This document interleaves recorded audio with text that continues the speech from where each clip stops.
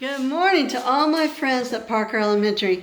I'm Miss Purser, and I'm so happy to be reading the story to you today, The Girl Who Wouldn't Brush Her Hair. The story is by Jake Parker and Kate Bernheimer. The Girl Who Wouldn't Brush Her Hair. There once was a girl who wouldn't brush her hair. Her hair was wonderful, brown and wavy. The girl also had a doll that looked just like her, except the doll had no hair and was only a baby. The doll's name was Baby.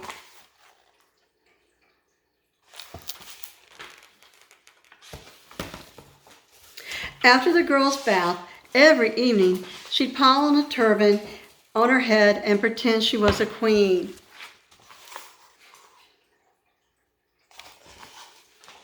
At bedtime, she would unravel the turban and let her hair fall down in a tangled heap. No brushing. It's just my way, she would explain to the grown-ups, and then she'd lie down beside Baby and begin to dream.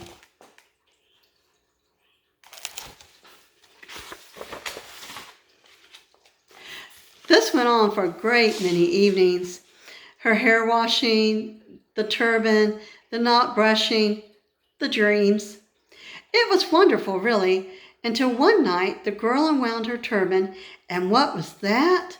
Oh dear, a little mouse had taken up residence in a particularly tangled place in her hair.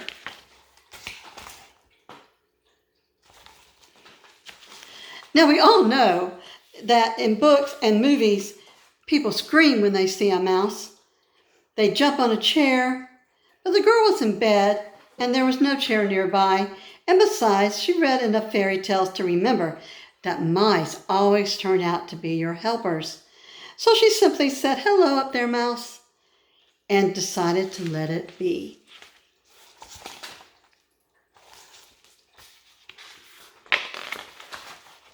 "It's just my way," she would say to the grown-ups when they came to kiss her goodnight and saw that a mouse was making a cozy bed on top of her head.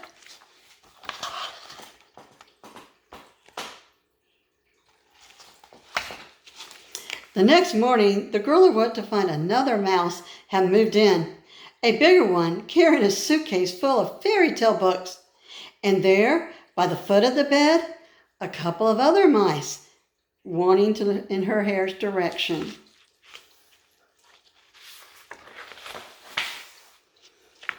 The next day, the doll and the mice and the girl went to school.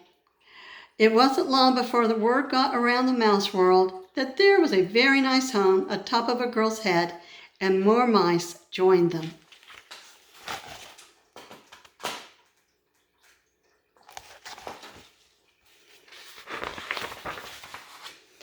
The school children marveled at this new development.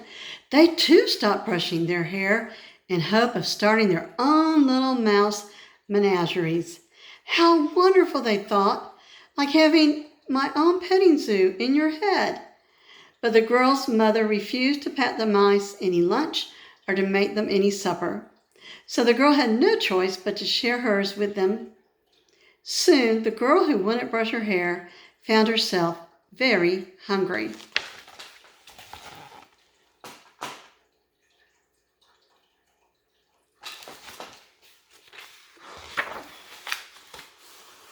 The girl also began to feel worried.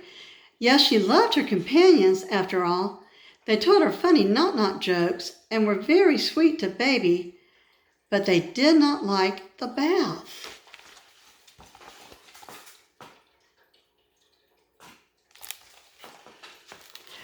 "We can't swim," they chorused, and clinging to knotted strands, "Don't do it, we'll drown." "That's silly," the girl said. "All mice can swim. We learned that in our unit on rodents." "Look, we'll overlook your name-calling," said the Mouse King. He was the biggest one who had arrived early on with the fairy tale books and the suitcase.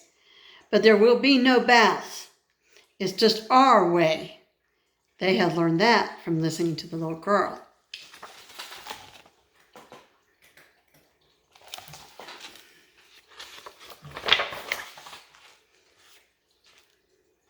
And here are the mice. They're telling the funny knock-knock jokes that the girl likes to hear. Much to the mice's relief, the girl agreed, for though she was becoming quite dirty, she had grown fond of their company. They had set up such a marvelous home for themselves, a palace really, atop of her head. It had secret passageways, and it had a cheese cellar, and it had a tiny circular moat.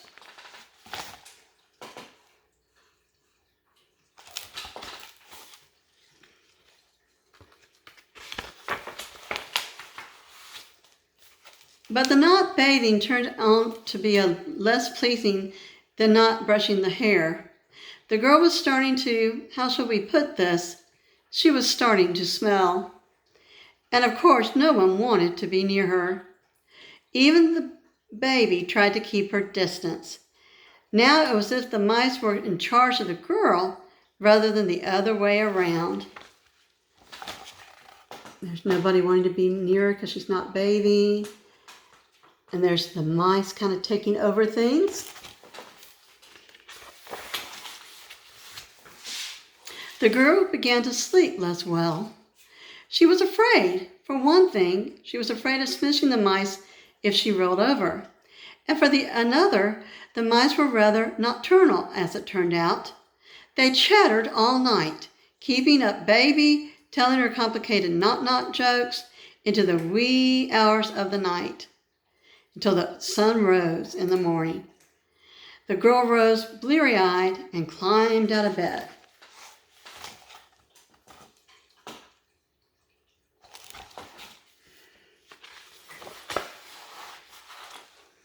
Each morning, after carefully brushing her teeth and dressing, and it was hard to dress, pulling that sweater over that head of mice, she tidied up her mouse-palace head the best she could and dragged herself, baby, and all the mice to school.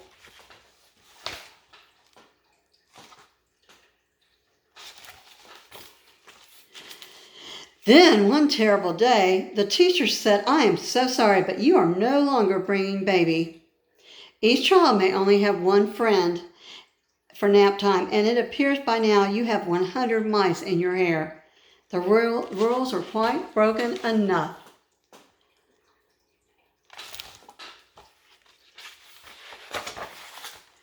The girl slumped her shoulders and hung her heavy head as baby and all the mice stared at her in silence. Oh, poor mice!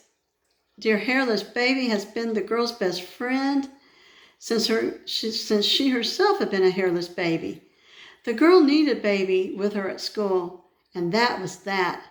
"It's just my way," she wept.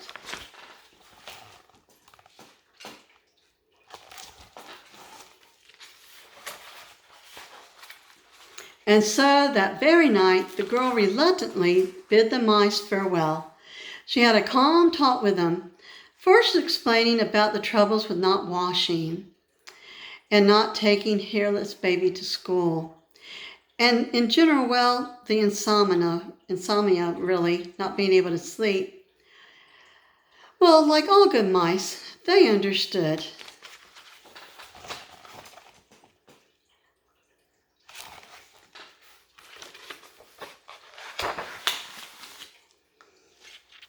Carefully they packed their thing and they dismantled the palace.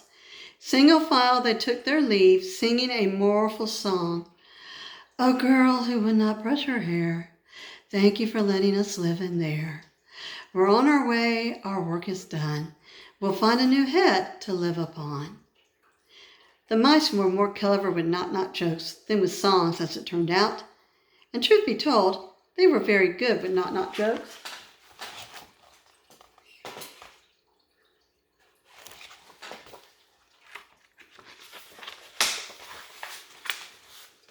When the mice had all gone, the girl took a long soapy bath and with baby perched on the edge of the tub.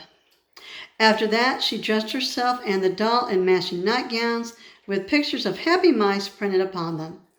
Sitting up in her bed, she continually ran the brush through her shining mane. Then she kissed baby, leaned back, closed her eyes, and began to dream.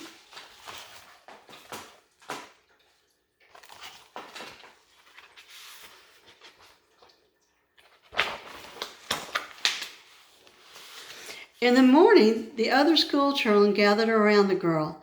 They marveled at her braids and at the ingenious way she had tied a ribbon around baby's headless hair. "It's just my way," the girl smiled. Meanwhile, under the monkey bars, another girl who lived next door to the girl who wouldn't brush her hair was deep in argument with a couple of mice dangling from the ends of her wild pigtails. Silly mice, that's just their way. I hope you enjoyed today's story about the girl who wouldn't brush her hair. I hope you have a wonderful day.